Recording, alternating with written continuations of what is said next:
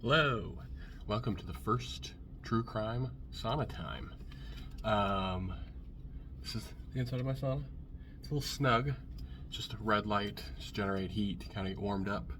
The only way to mount my camera I found is up here on these posts, which doesn't give me the best angle, so I'll probably end up with a neck cake. But I also made notes to come back over because I can't remember everything. First one I wanted to go over is the disappearance of Jeremy Bright.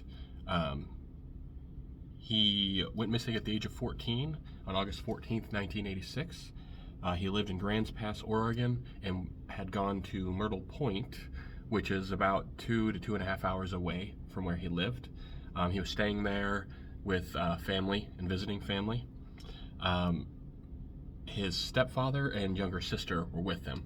It was kind of hard to figure out why the mother didn't go along. She did note that on August 13th, the day before he went missing, he had gone to the Coos County Fair with his friend named Johnny Fish. After having so much fun with that, he then talked to his stepfather, who then gave him money to then take his sister to the fair as well on August 14th, the day he went missing. His mother had planned to pick him and his sister up on August 15th, so the day after he went missing. On August 14th, he and his sister attended the fair. They parted ways about 2 p.m. and then made a plan to follow up at the Ferris wheel. It's the big landmark that everybody could find. It's kind of a common thing that people will do. But from there, it doesn't really describe why they didn't notice him missing sooner, because they didn't bother to really report anything or look into it until the next day when his mother showed up to pick them both up, and he wasn't there, so they checked his room, and his keys, his wallet, and other personal items were still there.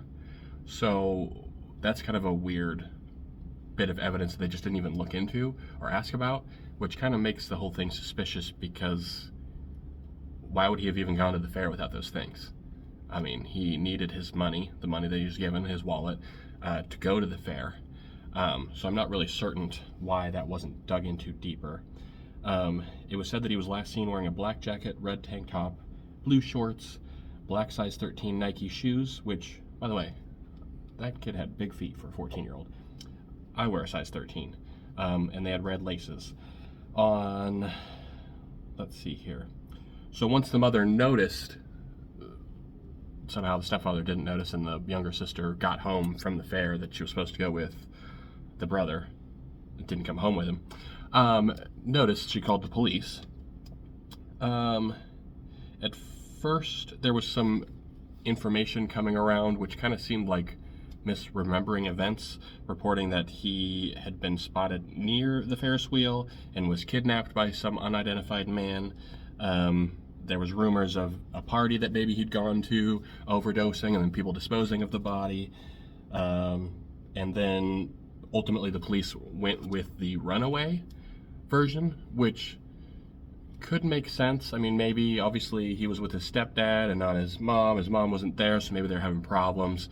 But the whole part of him leaving his, once again, his watch, his wallet, his things that he would need to run away with, that doesn't make a lot of sense, especially at the age of 14. Let's see. Jeremy's friend, Johnny Fish's sister, reported that a male resident covered in blood stumbled into the entryway of her apartment. And I believe this was the apartment where they all kind of stayed, but nothing came of that either, and she didn't know who it was. There was talks that Johnny Fish, his friend, may know a lot more information than he reported as well, because he, from that point on, when pressed, couldn't remember details about the day. He was one of the last people to see him, but he didn't know any information about where he was, where he went, what happened from that. So that was suspicious. And from then, there'd been several tips pointing to various like water wells in the area. They were all searched, nothing was found. They even weirdly found a man working in Florida for a carnival with the exact same name, Jeremy Bright. They were able to somehow figure out that he wasn't the same person, and therefore that kind of fell apart. His mother does live in Florida and continues to return back to Myrtle Point in the various areas and join searches to try to look for him. But other than that, nothing was found. Once again, it does seem strange to me that the friend may be more aware of what was going on. It's suspected that maybe he was at that party where there was possible drugs and drug usage. My whole thing is like, how did they not notice he was missing for over a day, and not say anything sooner? So why weren't the family members looked more into? Like, did the stepfather and him have some kind of disagreement and something happened, and for some reason people just didn't report it? And why didn't the stepsister report not coming home with the brother? It's just another one of those cases. And back in, what was it, 1986. So that doesn't sound like a terribly far time frame away, but even back then there was still not a lot of the current forensic skills and abilities and technologies that we have now, especially related to technology. And from what I could gather, he didn't have a cell phone or things like that to track. But definitely an interesting case, one to look into. Probably won't ever find any answers. I mean, it is now 40 years later, and certain suspects that were interviewed and looked at have passed away. His friend still remains unable to talk about the events. He just kind of shuts down and doesn't say. Even when his sister pressed him on the day, he would just say, I could remember the day up until a point, and then it just kind of blacks out, which feels suspicious, because either some major stressful thing happened to you and you honestly actually don't remember, or you know exactly what happened and you don't want to say because either you're in danger or you were involved in it or you knew what was going on was illegal. Very strange activities there. But that's it for this short episode. It's getting pretty hot in here.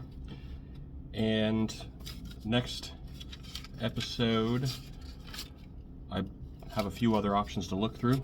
If you guys have any little cases you want me to look at or point out or talk about, feel free to let me know. I am kind of trying to stick in the kind of Oregon area related. I do live in Oregon, and so I find that interesting, the types of little cases and disappearances, weird events, sightings of things that have happened here that maybe I haven't heard of, or there's no honest resolution to. And sometimes talking about them or pointing things out or bringing other people's interest into it can draw up information. And yeah, well, thanks for watching. Feel free to like and subscribe, and let me know what you think.